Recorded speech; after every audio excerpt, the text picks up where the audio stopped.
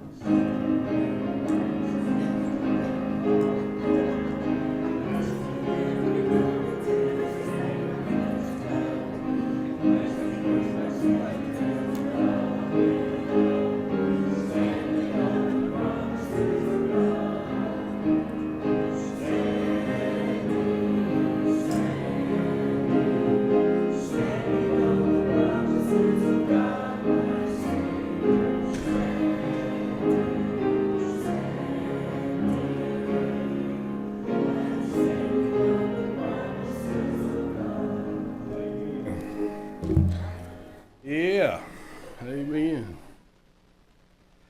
Right. I'm glad that everybody's smiling. It is. That's it. Well, I got the fifth one right. How about that? Since we went from second to, did we? Well, y'all sounded awesome. How about that? I don't know what I was doing up here, but anyway, I was trying. That's the main thing.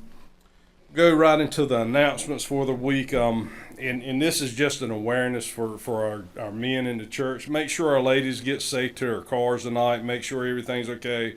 There's been a robbery next door, and they had, as of before we came in here, they had not caught the person. So if you can, everybody just be aware when you go out in the parking lot tonight.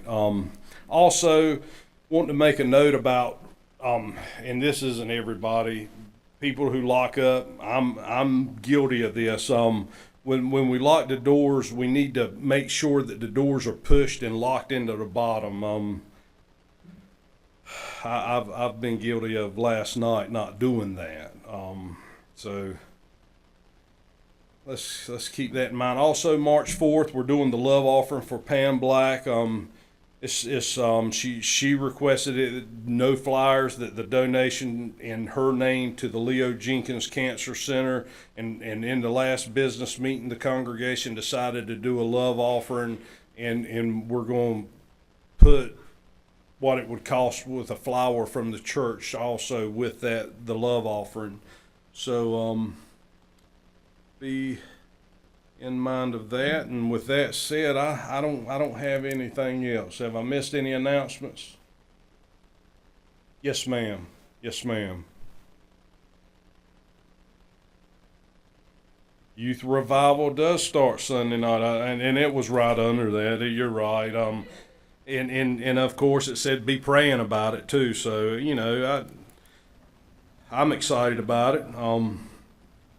Most of us Sunday night service and Wednesday night service, we're going to have the option to come to that. We're not going to have any devotional, so we're going to either come. You got the choice to come here or stay home, I guess. But I hope you'll come here and see what's going on, what's being taught to our youth. It's youth revival here. Yes, ma'am. Yep. Yes, ma'am. Starts Sunday night.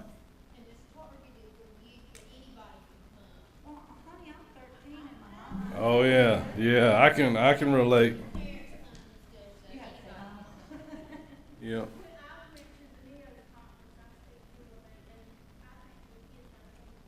Yeah, that Neos. I'm glad you brought that up. The Neos conference had what? How many kids? How many? 90. That's hey.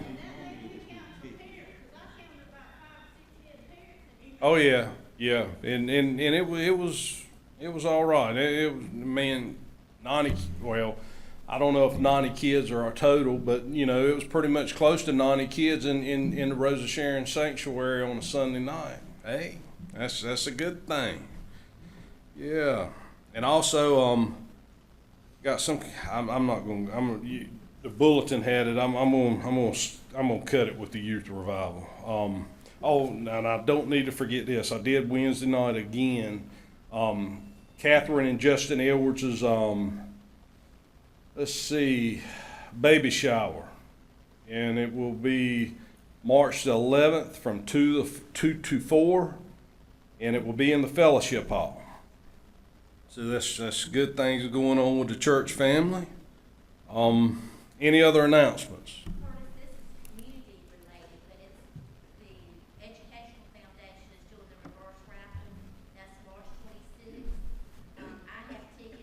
I'm sold out. So yep, yep, yep.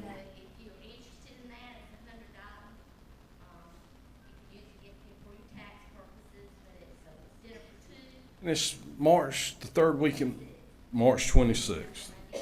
Yep. Reverse raffle. If you're interested in any reverse raffle tickets, Kay's got them, and I'm sure Phil does too. And I'm sure I could get some more, but I'm gonna hang on to that. Prayer list. We're going to the prayer time.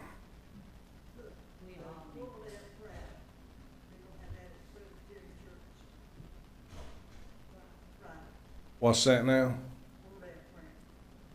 World Day of Prayer at the Presbyterian Church in Beargrass at 7 o'clock. Friday morning, 7 o'clock. Friday night at 7 o'clock. Yeah, don't let me confuse y'all. I'm already confused enough up here. Yeah. Yep. Okay. So Friday night, 7 o'clock, World Day of Prayer, Presbyterian Church. Right? Right. All right.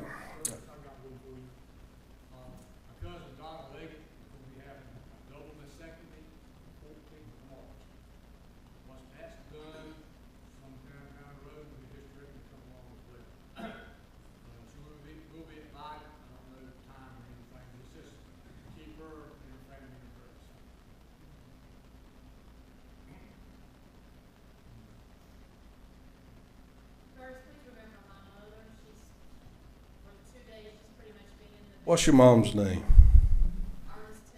Ernestine. Really? Man, I like it.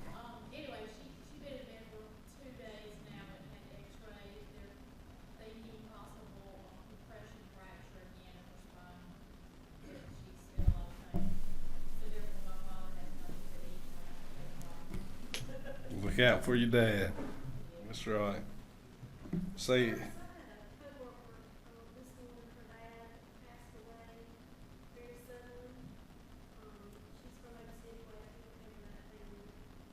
what's her name? Miranda Brown. Family? Her dad, Miranda Brown's dad.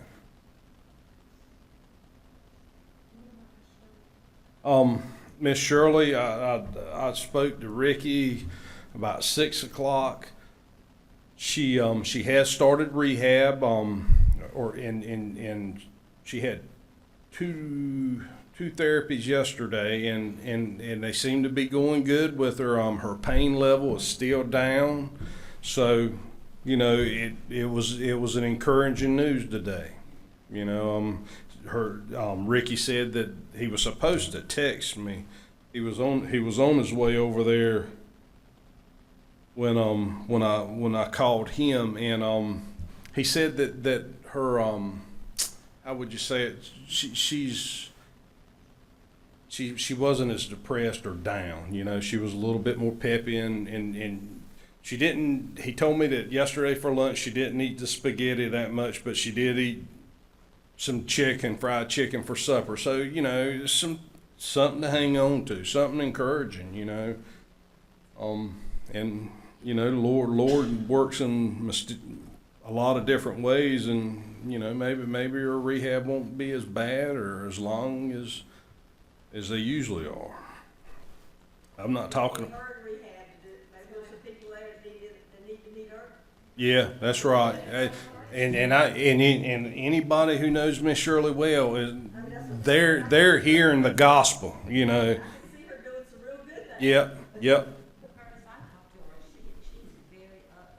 Yeah.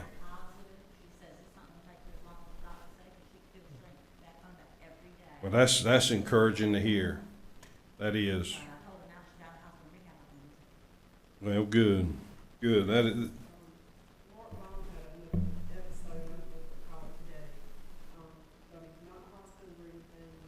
Well, it's hard, or his chest, or something. Whatever caused it last time.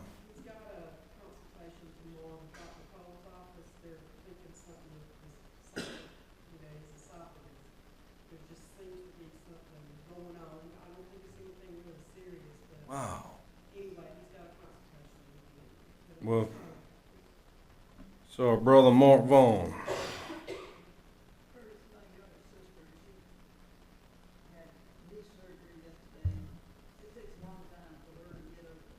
What's her name? Yvonne White. Struggling with knee surgery or recovering from it.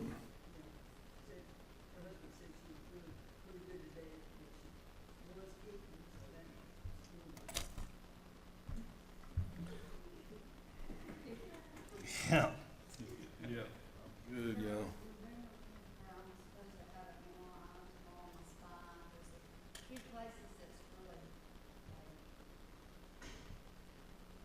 Okay. Let's see.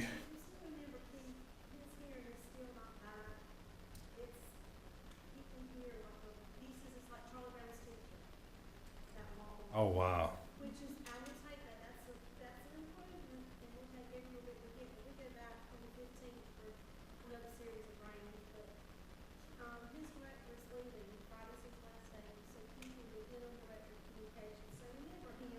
Amen. Yeah. People at communications, when somebody else messes up, a lot of times communications gets blamed for it. It is. That's the truth, and it's not always right either. I got a few. Is it the Amy Edwards family? And Ronnie Hopgood's mother. Has anybody got any update on Ronnie Hopgood's mom? How about Miss Fay? Has anybody heard from Miss Fay? I was supposed to call before I came, and I didn't.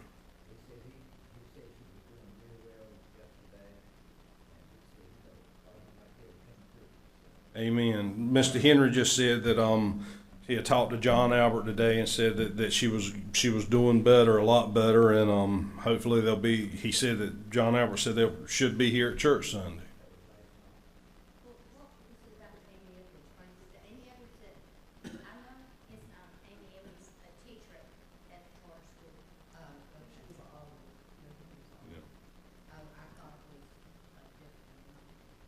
All right.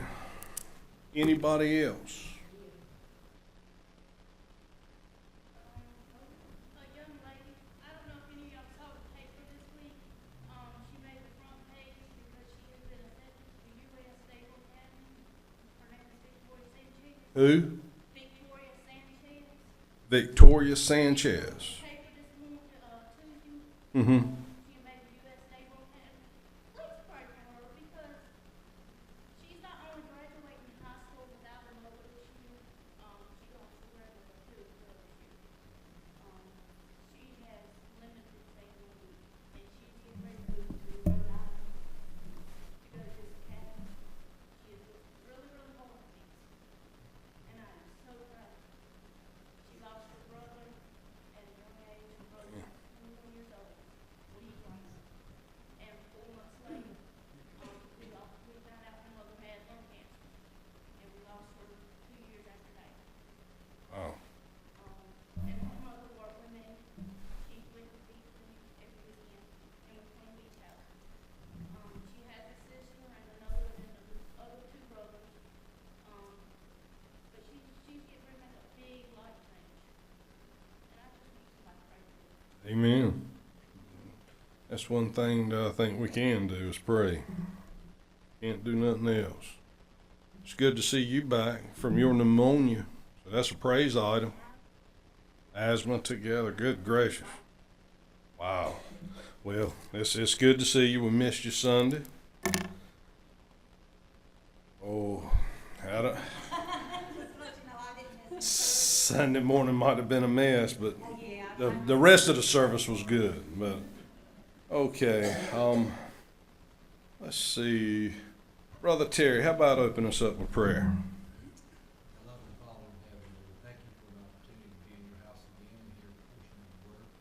Lord, we ask your special blessing on Brother Jerry tonight as he leaves his door, open our hearts and our ears as well. Lord, we might be receptive to the message that you've given him to deliver us. Lord, we bring your many needs, Lord, in the community and people that we know that, Lord, there are many community cases, Lord, many cases of backs, knees, these things take a long time to heal, Lord. It's often a depressing amount of time waiting for that result to come, whenever it does come, Lord. We just pray that it would be your will to do it, and Lord, we leave those things in your hands, Lord. We ask for your blessing and your divine touch in those areas. Lord, those that are facing tests, MRIs, those kind of things, Lord, we know that brings anxiety. We know worry is pointless, Lord, but it's human to do so. We ask that you take it from us, Lord, and give us your peace and your comfort, knowing that it's all in your hands, Lord. We're just trusting in you. Lord, we ask for those that are grieving, Lord, that have lost loved ones.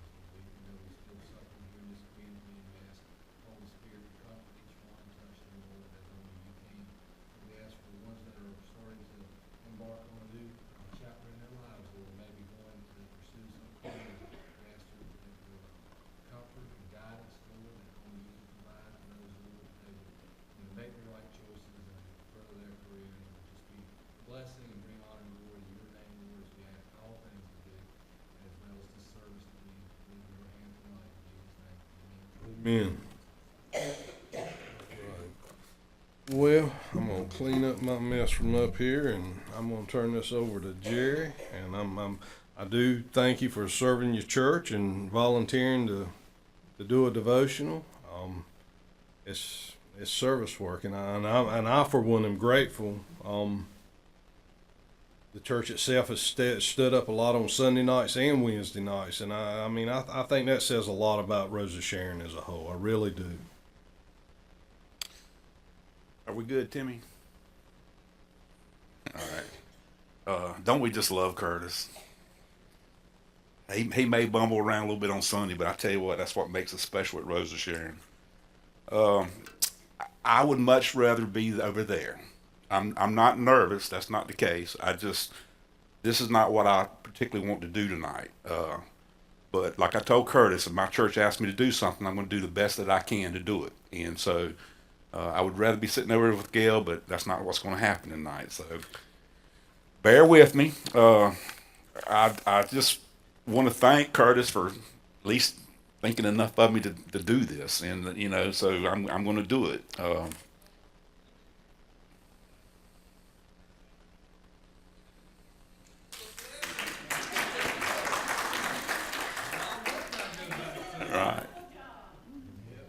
Well, I don't know if you'll be blessed tonight. I wanted to share my Christian life with you because I haven't done that, and you guys have been my brothers and sisters, and that's another reason I'm not nervous because I love every one of you, and it's true. It's Christ inside me, and He says if we have Him inside, we will love the brothers and sisters, and I love and I hug. And I tell people I love them. They probably think I'm nuts, but it is what it is, and I'm not going to hide from that. And I've learned over 58 years that be honest with everybody. So that's what I'm going to do, and I'm going to give you my story because I've heard about the Mazzells, the Cowans, the Harrisons, the Baileys. I've heard y'all have shared with me, so I'm going to give you my story, and maybe you can kind of understand where I'm coming from when you see me because I'm just a person from Big Apple Farms. I'm not from originally Martin County. I'm from somewhere else, and I'm just going to kind of give you the rundown. And this is not what I originally was going to talk about. I don't know if it'll be 10 minutes. I don't know if it'll be 30 minutes. I have no idea. But we're going to talk a little bit about where I came from in my Christian life. And to get there, though, you got to understand some things about me and especially my childhood and things like that. So bear with me. I got a slideshow, of course. That's the way we roll because it helps organize me. Uh, uh, Originally, I was going to build on what I had talked about at Pam's funeral, and I had a couple other things, but it just wasn't coming to me. And the way this got came about was my sister came down from Gastonia, and she brought some information to me from my father, who passed away. But he had these boxes of stuff, and so I was going through the boxes of stuff because I had three of them, and it needed to be gone through. And so that inspired me to go where I'm going with this, and then it's going to eventually to the 11th, which is the second part of Witnessing for Christ, because Curtis asked me to do it on that Sunday night as well. So, anyways. Let's go to the first slide. I want to start with this verse because everybody knows this verse. They're familiar with it. Our youth use it a lot. It's our theme verse at startup. I know Bryant and Karen are crazy over it for the kids.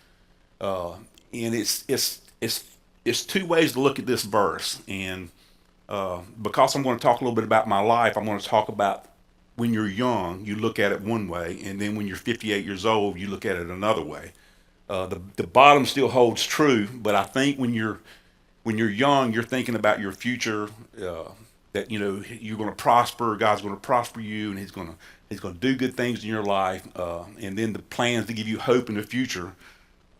As you look back on your life, you can say, well, that happened. Of course, the hope in the future is really about Christ. So we're going to start with that. For I know the plans I have for you, declares the Lord. Plans to prosper you and not to harm you. Plans to give you hope and a future. All right? Go ahead. So I'm going to give you my testimony. And that's how I'm going to start Witnessing from Christ tonight. And I'll go through everything. I was born in Gastonia in 1960. My original family, my grandfathers, came out of the mountains of Murphys, North Carolina, and they came down to Gastonia to work in the textile mills in Cramerton.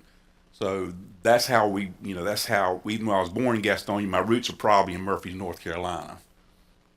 That's my mother, Allie, and that's my father, and we're going to talk more about that character later. But that's my mother, Allie. She was a prayer warrior.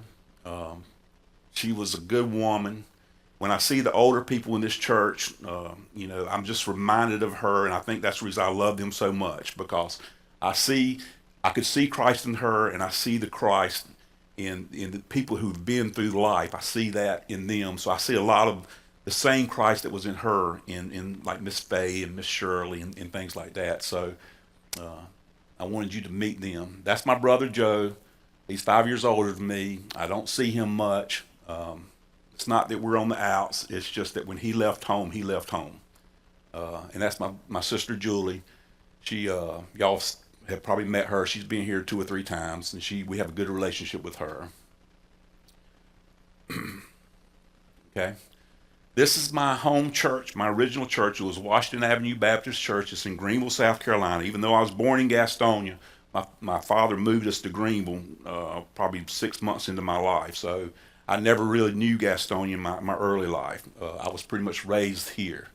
Washington Avenue Baptist Church was a traditional Baptist church. We were members there. We had the third row in the center aisle on the right side, and those were where we sat every time. And I remember the seats being the backs were hard, but the seats themselves were gold cushions. So we thought we were in high cotton sitting in that church. But that's it. The other thing I remember about that church is Pastor Dan Green would make us pray a lot of time on our knees. And and he would get up there and he would be preaching. He'd be moved to tears. And next thing I know, we'd be all propped down on our knees right there, and we'd just have us turn around and we would pray. Bryant used to tell me, he said, preachers aren't really remembered for the sermons, and he more remembered for their pastoral work. And some of that's true, but I can tell you, I remember Dan Green, even though I was young. I remember him, and I remember his messages, and I remember him crying. I remember us on our knees. There was no children's church. We didn't have that. And I think that probably had something to do with the maturity I had early on in Christ. I was baptized at age 6. This is the Spurlows. I don't know if anybody remembers the Spurlows from the 60s, but our church was pretty big. We'd probably have 250, 300 people at our church. So we could bring in major groups. The Spurlows sang for presidents. They sang with Bob Hope, and they were just, they were famous. And they came into the concert. And I remember to this day, I was sitting on that third row. I was inside. My mama was there. My daddy was on the end. And the Holy Spirit picked me up, and he carried me down that aisle. And I've had 2 experiences like this, but tears were flowing down my face. And it wasn't tears, regular tears. It was a flood. And I remember being carried down there, and that was the night that, I accepted Christ. And, I can remember the man sitting down there and going over the plan of salvation with me, and that was it. Even though I was only 6 years old, I knew what I had enough experience in church to know what I was doing. So God put his hand on me early on, and, and I'm thankful for that. My early Christian memories, that lets you know where I'm coming from. Like I said, my mom and dad were real involved in the church. My early Christian memories. Dad went to Furman University. I don't know if you know what Furman is, but that is like the Duke of South Carolina. He went back to school there because he majored in philosophy, but his goal was to become an ordained Baptist preacher. So, you got somebody that's got that in their mind. You can imagine what our family was like during that time, mainly between 4 to 8 years old. Billy Graham, I was able to witness Billy Graham crusades at the Greenville Memorial Auditorium. It probably held 12,000 people. It was packed.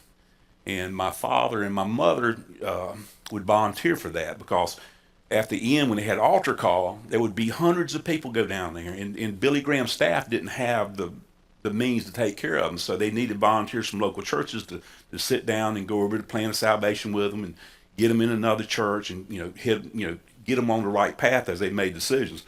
But I was able to witness Billy Graham, and I can remember that. And I didn't go to church as a 6-year-old and a 7-year-old to play. I was there listening, and I was watching, and I was taking it all in. So even though I was young, I still was enjoying what I was experiencing.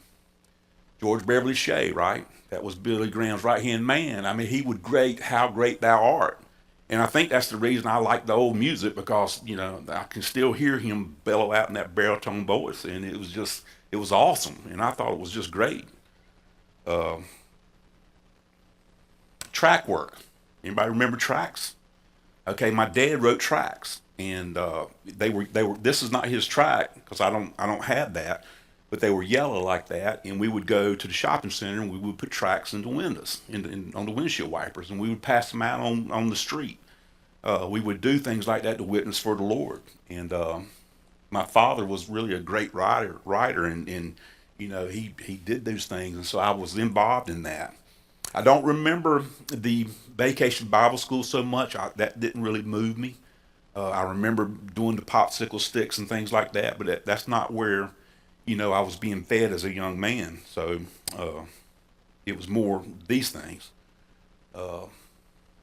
Father was an evangelist. As he was going back to school, he needed a way to pick up money, so he would preach. Like, we would bring guest preachers in, and he would go and he would preach. And I have been to black churches, and it's a different culture in there, But I got exposed to how they worship the Lord. They've got a lot more enthusiasm than we do, and I kind of like that. I remember going to a holiness church, and I'll be honest with you, I was scared to death. There was people running down the aisle and doing all this, and yeah, they were speaking in this weird. I didn't understand what they were saying, but they were down and they were enjoying it. And I would tell you, I didn't get much out of that. I was ready to get out of there because I didn't understand what was going on. From about age 4, I got saved when I was about 6. From about age 4 to my Christian life was great. I had a wonderful daddy who loved the Lord. My mother was a prayer warrior. She loved me. And it was wonderful. And after about 8 years old, I'm going to tell you, it just went downhill. And I'm going to tell you why. From age 9 to about 30, my Christian life was challenged. So let me tell you why. My mother was diagnosed with manic depression. Today we call it bipolar. And Marilyn Monroe, Winston Churchill, Vivian Leigh, Kurt Cobain, Mel Gibson are some of the famous people that have that. And you got to understand, in the 60s, the medicines weren't there, and the doctors didn't understand it. So it was a wild experience as a young man growing up. I love this picture up here, and I pulled it off the internet. That was my mother. It's not so much when she was depressed, because I really couldn't tell, because she was kind of a calm woman most of the time anyways. But when she was manic, that was her. She couldn't put her makeup on right. It would be all over her face. I would come home and there would be these wigs on her head. Her clothes wouldn't match. My mother, you saw her, she dressed nice, but she couldn't get it together when she was manic. And, and as an 8-year-old man or young man, you come home and you see your mother like that and you don't understand. And that's what I had to experience. And like I said, the medicines weren't there. She began to act funny. We noticed it probably when I was about 6. We kind of noticed some things going on. You got to understand, they also think now that some of the influences that goes on in the life, the pressures and stuff will kick it off, and we saw that with her. Daddy was at farming, so finances weren't great. We had a lot of love in our family, but the finances weren't great, so we struggled with that, and I think those pressures kind of kicked it all off her mama. We also know that it's inherited. Her mother had it. I don't have it, I don't think, although Gail may think I'm a little nuts sometimes. My sister doesn't have it. My brother has it, and his daughter has it. So we know 4 generations it goes down. But it's a lot different today than what it was. She would do things like, in the very beginning, we would wake up and she would be gone. And she would, and keep this in mind, I'm 8, 9 years old. She would be gone. They would find her we lived in Greenville, South Carolina. They would find her on the Georgia line. She would just get in the car. I don't know where she was going, but she was going somewhere. And she finally would run out of gas, and the police would pick her up and call us, and then Daddy would have to go down and get her. The Daniels building, I don't know if you know that building, but at one time it was the tallest building in the Carolinas. They called her one time while she was depressed trying to go up there to jump off the building. So we had to deal with that kind of thing. Back then, we didn't have, you had to get them committed. You couldn't go to the doctor and get prescriptions and stuff like that. To get them into a mental institution, you get them to try to get them healthy, you had to get them committed, and you had to go through courts to get that done. So I remember that as a young, and that was a constant thing. The other thing that I remember, when they didn't have the medicines they have now, what they would do, they would take her in there and they would give her shock treatments. And what shock treatments does, it makes you numb and dumb. It takes your brain, it reboots it. And so I would go in there into the hospital to see mom on Saturdays, and she wouldn't even know who I was. And so I had to deal with that going on.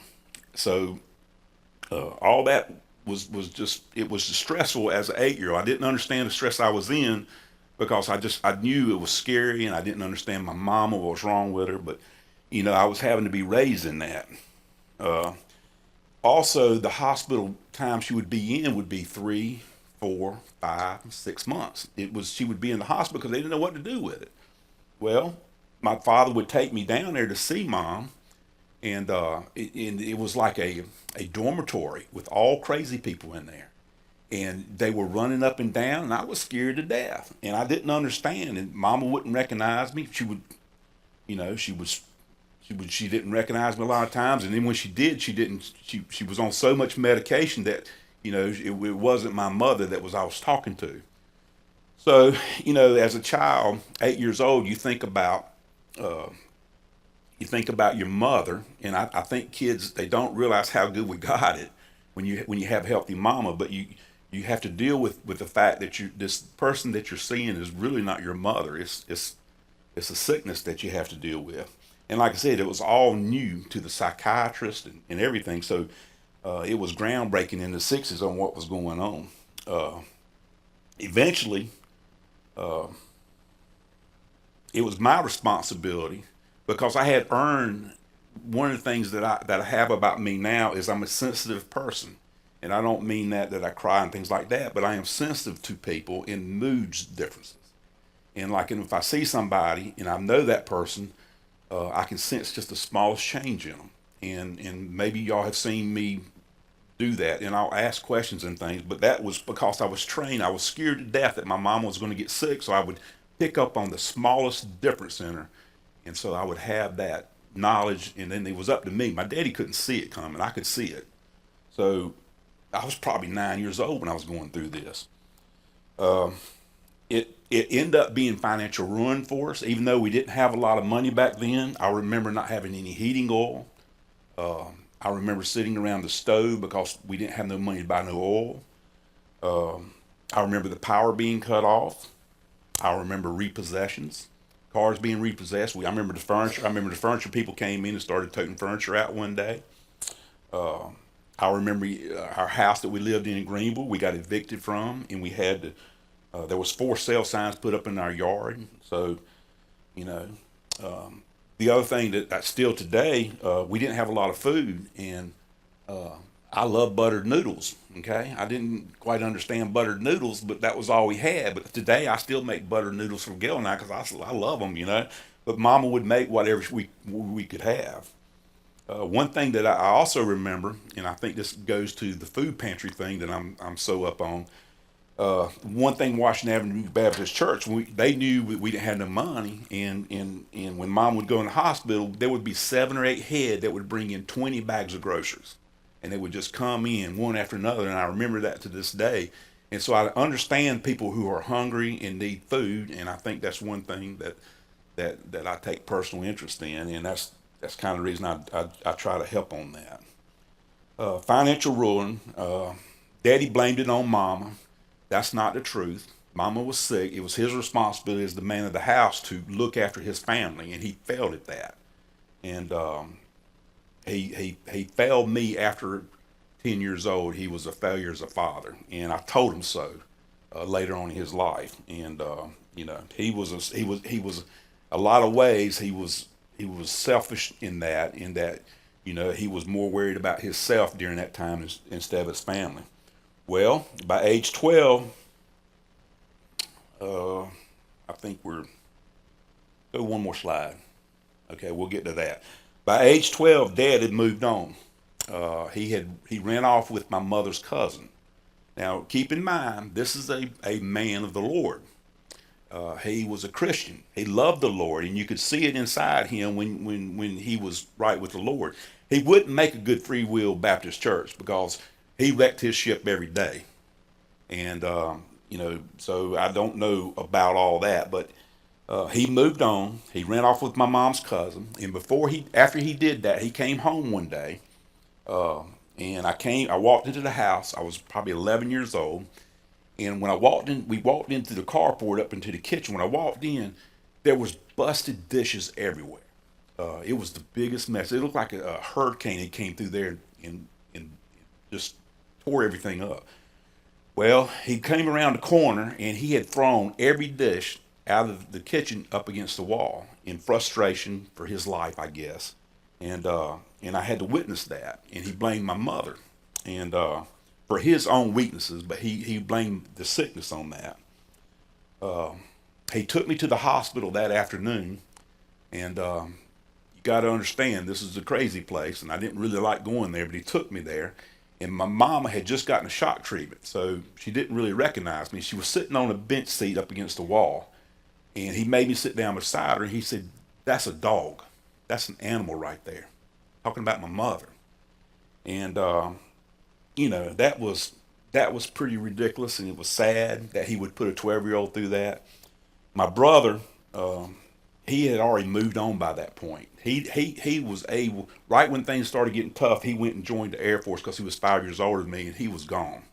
And that's part of the reason we don't really communicate, because when he left that hellhole, he left it. He was done with it. And, and then I caught it. My sister was young enough where she didn't really understand everything, so she kind of came up once medicines got going on, and so she didn't catch it. I was the one right in the middle of it.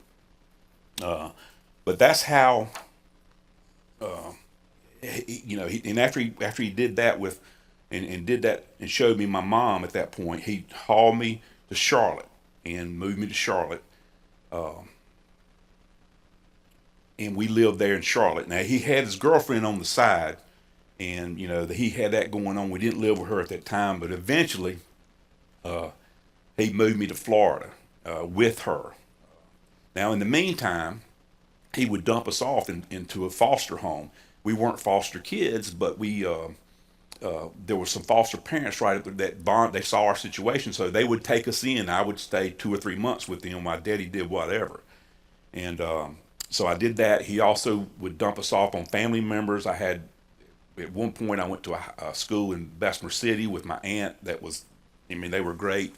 But even that experience was traumatic in a way, because my uncle, he came in one night drunk, and he came and talked to me. He said, "You're going to be my son," and he said, "I'm going to take care of you, and I'm going to make sure you go to Wake Forest University and play basketball," because I would shoot hoops out there. And so, even that experience had its problems, but at least they took me in, was trying to take care of me, and and I loved them for it. That was my Aunt Barbara. So we get down to Florida, and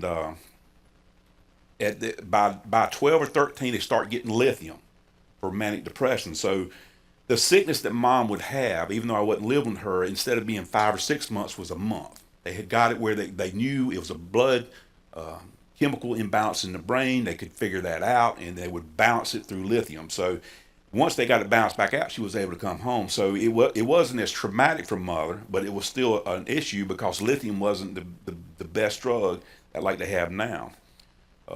The thing that my mom did, and I told you, by this point, all she had for me pretty much was her prayers. And she prayed for me constantly. And through age 8 or 9 through 30, it was the prayers that got me through it. And I look back now and understand that. The only thing she had to offer me was prayers. And, and I loved her for that. And I love her even more, even though she's gone, because I know what she did for me. She gave me everything she had. And she's the one that got me through some times where I could have went wrong. I pretty much stayed away from drugs and alcohol. You hear people say, "Well, I had a hard child life," and I turned to drugs and alcohol. All my friends were snorting cocaine, they were doing marijuana, and they were drinking. Now, I drank a little bit, but I didn't ever get into the hard drugs like my friends did. And one of my best friends ended up dying from cocaine. But I hung out with those guys. They were my friends, but it's not where I went. And I think that, looking back, that was the Lord making sure I didn't want conscious of it. But I'm pretty sure that's what was taking place. The Lord was trying to keep me straight as I went on. Anyways, that childhood, and I'm going to get on to later on, but I ended up going to 3 middle schools, 3 high schools, and I graduated high school. I was back in Gastonia because eventually I went back to live with my mama because I had had enough of my daddy. And so I lived with my mother like the 11th and 12th grade year. And I graduated in Ashbrook High School with a 69 and three-quarter point average in biology. Well, 70's felon. And I remember having to go beg that man for that quarter point. It wasn't that I couldn't do the work, but my life was not structured, and it wasn't structured to make grades. It was basically structured to survive. And so, I remember begging that man. Once I started getting control of my own life, things got better. And it started with me going to the community college. And I was going to be the first person in my family to graduate because I wasn't going to stay with what I was in. I didn't want to go into the Air Force or anything like my brother did. I wanted to try to do something different. So I went to school. I went to community college. I ended up having, in the freshman biology, I had 104 average. Okay, so I could do the work. I just needed to get structured in a good environment. And once I started taking care of myself, things started getting a little better for me. I went on and graduated from NC State in 1982. I was the first person in my family beyond my daddy to graduate. I'm talking about my cousins and all of them. The Cornwells were mill workers. They didn't go to college. But that's how I did that. I came to Eastern North Carolina after I graduated from NC State to work for Purdue. And I married Gail in 1984. That's incorrect. That is actually our wedding day. We went down and we got married at Fort Branch. We invited a few family members, and her brother had her dogs out there running at Fort Branch. I mean, we ran dogs and ate barbecue, and that's how we got married. And we had a good time, and it's kind of been like that ever since. We just kind of go with what's going on. But marrying Gail, that kind of allowed me to have a stable family life that I didn't have growing up. I had Daryl to look after and Pam to look after.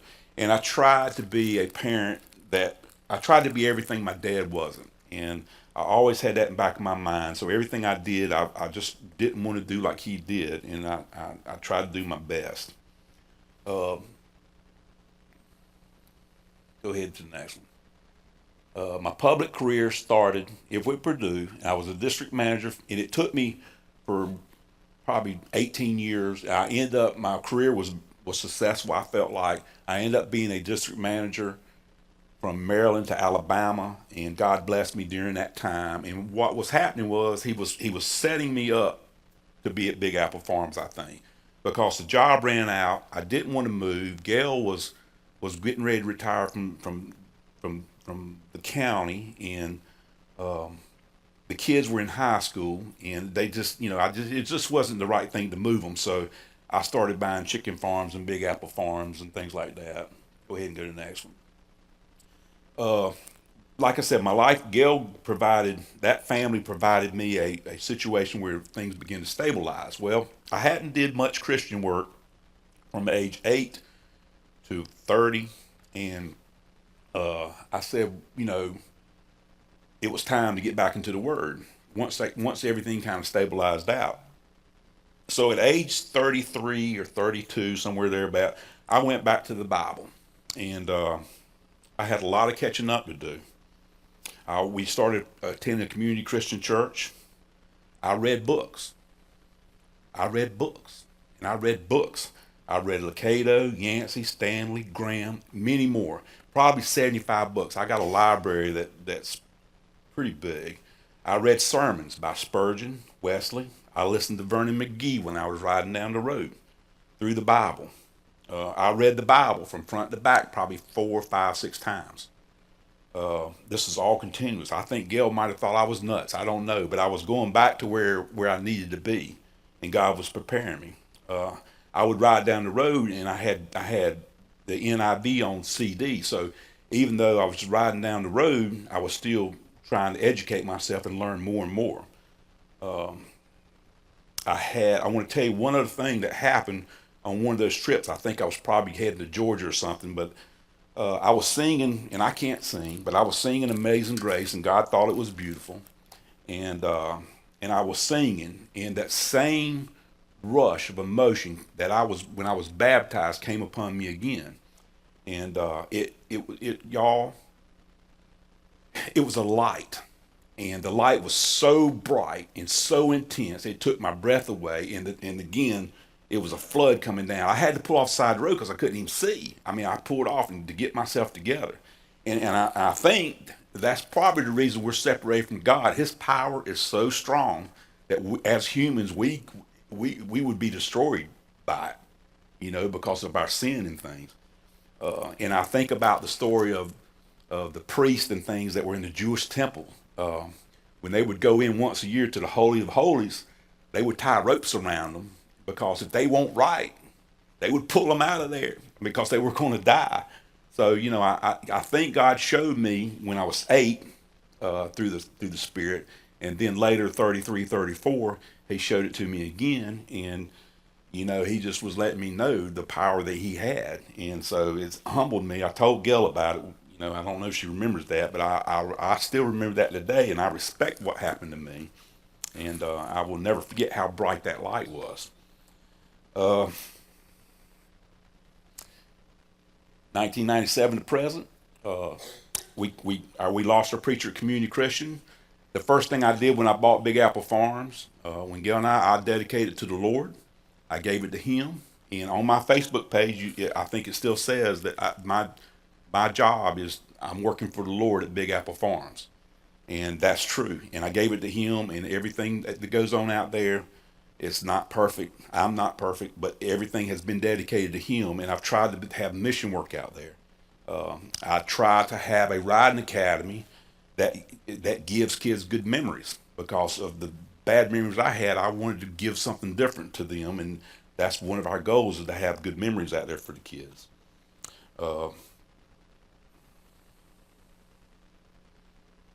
I was invited to Rosa Sharon. God placed me in Martin County for a reason. And I look back as my life, and we're going to get back to that scripture in a minute, but I look back through my life and how I got to Martin County. He placed me here for a reason. I think Big Apple's part of it. I think Rosa Sharon's part of it. I got invited. Everybody knows that story. And by Heidi, Gail, and I, and we came. Well, you know what? 2 weeks later, we were about to be devastated. Gail's brother murdered his wife and then committed suicide. And so that was the first. We hadn't dealt with anything like that, and that was the first thing that rocked us. But my church family was here, and I can remember that this was probably 2 or 3 weeks after we'd been here. We're down at the receiving line, and Bryant Hines came up and was in my face, and I didn't even, I hadn't even thought about him really as my pastor, but I knew at that point that he was my pastor, because I could see where he was coming from, and I knew he was genuine. It wasn't fake. He was doing what he really did best, which was pastoring people. And I knew right then that this was my church. And I won't never forget it. And then the Wednesday night, shortly after that, when Pam was diagnosed with cancer in the Green Church, Miss Shirley wanted to get me down there, and my church prayed for me and prayed for Gail and prayed for Pam. And they took me in right then. So at that point, I was hooked. I won't go anywhere, and I'm not going anywhere as long as you guys are having me here. He placed me in Rosa Sharon. You can go ahead. Go ahead. Of course, Pam's passing last month. He placed me in Rosa Sharon for a reason, and these are the reasons that I think. First of all, to worship the Lord. I was out at Big Apple doing mission work, but I wasn't doing enough worship. So he brought me here to worship the Lord. In Sunday day, and I don't care about what anybody thinks, I'm here to worship. And that's the reason I like doing it. I like worshiping through the choir and over here. And all that's the main thing. The message is cool, but I'm here to give the Lord the credit. And that's what I'm doing. I think he put me in Rosa Sharon to use my gifts to work for the Lord. I've told Urban that. I have been placed here, I think, to work. And I'm going to work, and I'm going to do things, and I'm going to do whatever. If Curtis asks me to come up here, I'm going to do that. If somebody else asks me to do something else, to mow the grass or whatever it asks, this church asks me to do, I'm going to do. And that's why I think I was put in here.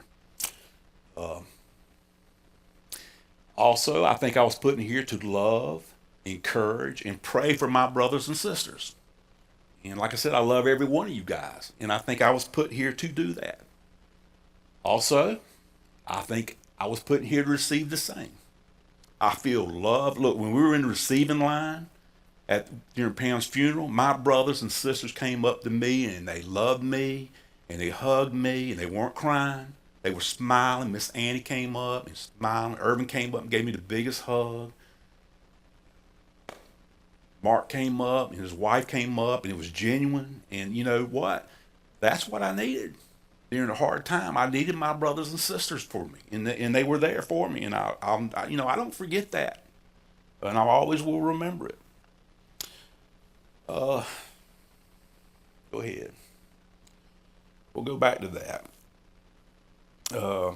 Now that I'm 58 years old, and I look at that, and I look back, go back one. I look at this passage, and I look at how my life has transformed. It's all true, y'all. He had plans to prosper me. He did. He didn't harm me, even though I had a hard child life. He took care of me through it all. So I want to give him praise for that. And he plans to give me hope in the future. He did that then, but he gives it now to me, knowing that I've got Christ in my heart and I'm going to be taken care of. So that passage is all true, whether you're 6 years old or whether you're 58 or 70. So know that, y'all. And I just, that's what I wanted to tell you. I've got a little something to say because I want to lead up to the 11th. But before I do that, I want to go ahead and go to the next one. I want to play something from you. I think this is one of the songs that I heard at the concert that night, and I want to play it for you. And I found it, man. You can find anything on YouTube, and I found the Spurlows. And you'll hear it. It's a little bit 60s. You'll hear the organ back there, but I think the song's beautiful. And I just want to listen to it a little bit, and I want to share it with you, kind of see what I got.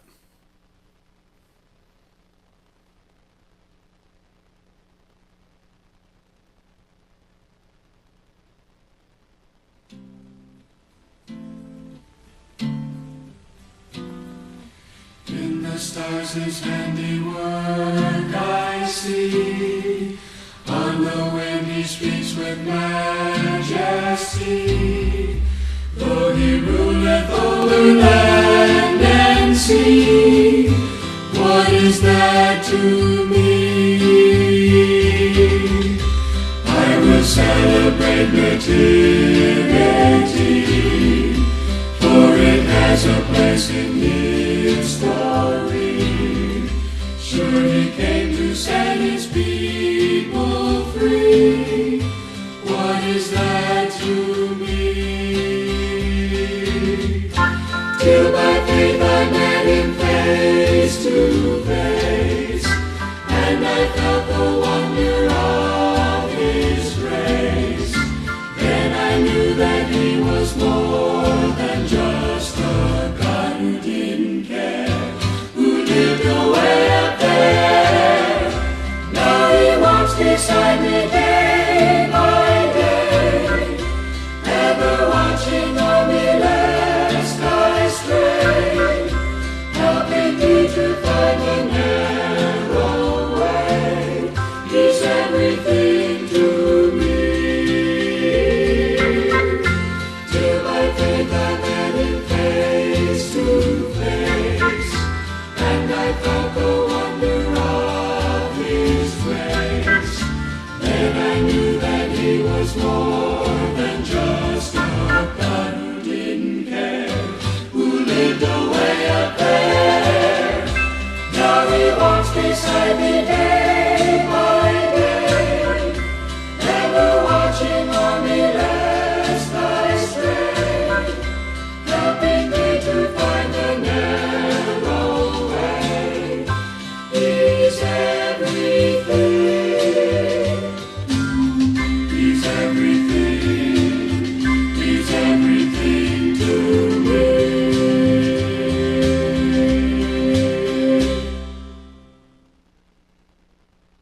Yeah, moved me back down the aisle that night, boy. I'm telling you, it was awesome. Let's flip over to the next slide real quick.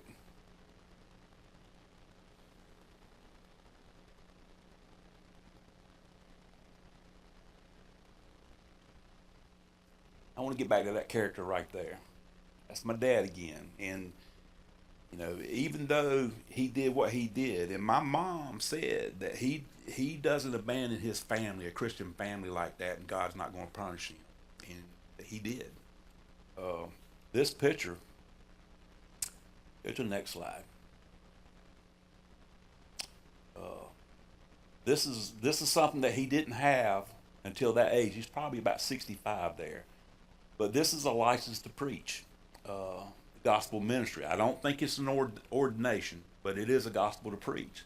So even though his life, he had shipwrecked his life, I think he settled in and God forgave him, and then he went back to do what he was supposed to do. Go to the next slide. This was his ministry. He had a ministry in prison, and it's called kairos, Greek word which means special time. He was their leader, and he had 65 people in that prison in South Carolina that he witnessed to, preached to, comforted, guided. You know, that was his church. But God punished him. That family that he moved with, he fought with them the whole time. He ended up killing his grandson, manslaughter. His version was it was self-defense. He had 2 trials. I listened to when he talked the first time. The second time, I helped him get that trial. He was having trouble. I helped him get that second chance. But it ended up 24 people found him guilty of manslaughter. And I read the transcript, and he was guilty. No doubt in my mind. So, but he did have a fair trial twice. And, you know, but God put him, he was punished, I think, for what he did to his family. But God put him right where he had trained him. He was a smart guy. He was a really brilliant writer. He put him in that prison, and I don't know how many people he witnessed in 15 years, how many people he saved, but he had a heck of a ministry. And I'm proud of him for that. He was a lousy father, you know, but I can't hold that against him because God had a plan for him. It took him, it destroyed our family, but God had a plan for him in prison in his later years. So he did, I think, what he would end up supposed to be doing. Let me see the next slide real quick.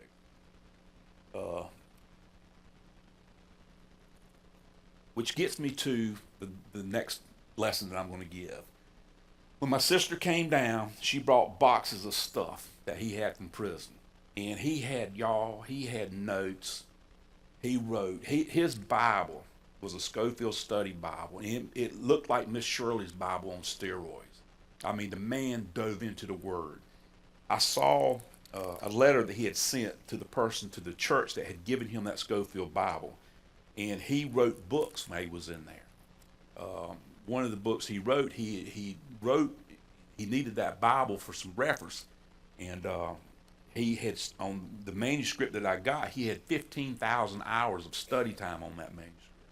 So he in prison, when you got all that time, he went into the Word, and he was absolutely brilliant as far as the knowledge and the things he was writing down.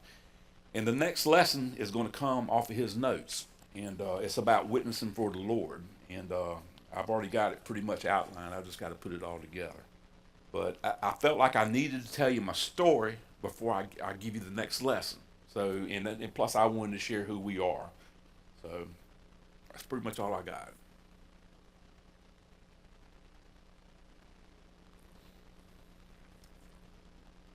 First of all, very thankful to be a part of the Brother Sharon family. Testimony, that's what it's about. The walk that we go through in this world, the plans that you have, sometimes we can't see.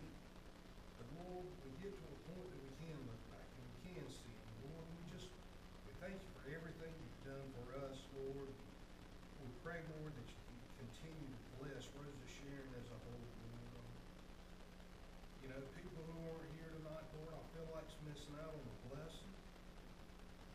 But Lord, I do pray that they'll get back in here, Lord, and they will receive your word and receive their blessings. Lord, I pray for your guidance and direction for Rosa Sharon as a whole, Lord. It's an awesome church. It's a special church, Lord, and there's just something about it in here that it just grabs you and it makes you take notice, Lord, and I do believe it's your presence showing through other people. Lord, I just pray that we can all continue to walk the walk, live our lives according to your will. We do love you,